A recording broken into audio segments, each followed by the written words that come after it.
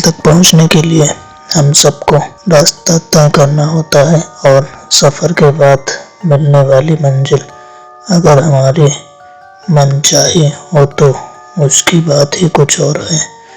और क्या होगा रास्ता अनंत हो, क्या होगा और आप उस रोड पर निकल पड़े हो जो रास्ता आपकी मौत की ओर ले जाता हो। हम चलते हैं ना खत्म होने वाली सड़क की तरफ। विनय और उसके 7 दोस्त अमीर बाप के बिगड़े हुए लड़के थे। उन्हें ना गरीबी की परवाह थी और ना ही फिक्र। उनका जो मन करता था वो वह करते थे। उनका कोई कुछ बिगाड़ने वाला नहीं था, लेकिन कभी न कभी ऊंट पहाड़ के नीचे आता जरूर है, कभी जल्दी तो कभी देर से। एक दिन रात में विनय और उसके 7 दोस्त आपस के ही गांव में चले गए। गांव में गरीबों के पास अपने मुर्दों को गाड़ने की जगह भी नहीं थी, इसलिए उन्हें गांव के सड़क के किनारे गाड़ दिया जाता था। इसी सड़क के किनारे एक बोर्ड पर लिखा हुआ था कि हमें आराम से सोने दें, हम आपको आराम से सोने देंगे। जब विनय और उसके 7 दोस्त वहां पहुंचे तो सबसे पहले उन्होंने वो बोर्ड निकाल फेंका और फिर जिंदा इंसान की इज्जत ना करने वाले इन लफंगों के एकजुट के मुर्दों के साथ भी यही सलूक शुरू कर दिया। कोई कब्र पर रखे फूलों को फेंकने लगा तो कोई कब्र पर बैठकर शराब पीने लगा।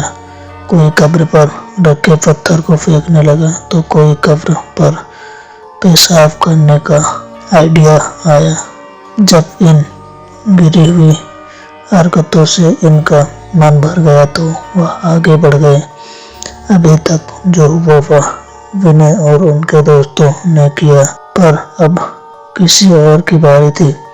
सारे दोस्त उसी रास्ते पर आगे बढ़ते जा रहे थे। तभी उनमें से एक को महसूस हुआ कि बहुत देर हो गई पर आगे कुछ नहीं आ रहा और उन्हें ये लग रहा है कि वो उसी रास्ते पर गोल गोल घूम रहे हैं और वो कब्र बार बार उनके सामने आ रही है। तभी उनमें से एक बोला, दोस्त यार विनय, तुझे ये नहीं लगता कि हम यहाँ से पहले भी गुजर चुके हैं? विनय क्या बकवास करता है, लगता है तुझे चढ़ गई है। 2-3 घंटे और चलने के बाद दोस्तों की नज़र उसी घड़ी पर जाती है। उसकी घड़ी पर 7 बज रहे हैं और यह शाम के 7 बजे तो नहीं हो सकते, मतलब यह सुबह के 7 बजे हैं। और अब वो सब इस बात को समझ जाते हैं कि ना तो ये रोड खत्म हो रहा है और ना ही रास्ता, ना ही रात। वो रास्ते पर थके हारे चल रहे थे। तभी उनके सामने एक चुड़ैल आकर खड़ी हो गई। उसके बालों से उसका पूरा मुंह छुपा हुआ था, केवल उसकी एक लाल आंख नजर आ रही थी। उसके पहले वो डर के मारे भागते वो बोली, चुड़ैल हमने कहा था कि हमें सोने दो, कहा था ना हमने। ये कहते हुए उसने अपने हाथ में रखा एक भाला सारे दोस्तों की तरफ फेंका और उनमें से एक के सीने में आकर लगा और उसकी मौत हो गई। घर से 8 निकले थे और अब केवल 7 बचे। वह वहां से भागने लगे। तभी उनके सामने एक पिशाच आकर खड़ा हो गया। उसके चेहरे पर ना तो कान था और ना नाक था, उसके एक आंख था और एक मुंह था। तभी वह पिशाच बोला, हमने कहा था ना कि हमें सोने दो, कहा था ना। तभी वह पिशाच अपने दोनों हाथ ऊपर किया और देखते ही देखते उसके आसपास के पेड़ उखड़ने लगे और वह पेड़ आकर उन दोस्तों के ऊपर गिरे। इन सबके बीच 3 और दोस्त की मौत हो गई और अब इनमें केवल 4 लोग बचे हुए थे। चारों दोस्त तुरंत वहां से भागने लगे।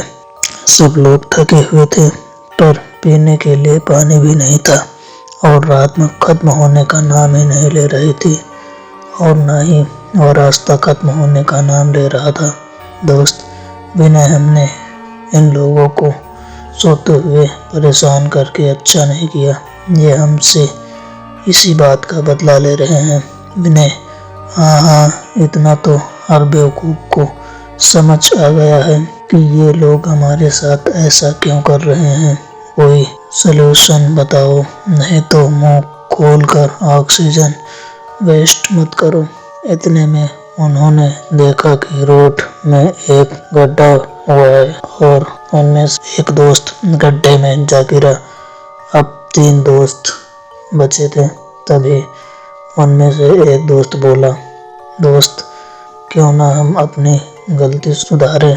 हमने जो कुछ भी उन कब्रों का किया है, अगर हम लोग उसे ठीक कर देते हैं तो शायद हमारी जान बच जाए। विनय, बिल्कुल ठीक कहते हो, चलो। यह कहकर वे तीनों वापस उसी कब्रों के तरफ चले गए और वे जो फूल उन्होंने फेंके थे वापस उसी कब्र पर रख दिए। तो पत्थर उन्होंने फेंके थे वो वापस वहां पर लगा दिया। जो शराब की बोतल कब्र पर रखी थी वह वहां से हटा दिया और जिस कब्र पर पेशाब किया था उसे भी उन्होंने साफ कर दिया। वो ये सब कर रहे थे, तभी आसमान से एक चुड़ैल उड़ती हुई आई और एक को ले गई। अब 2 ही बचे थे।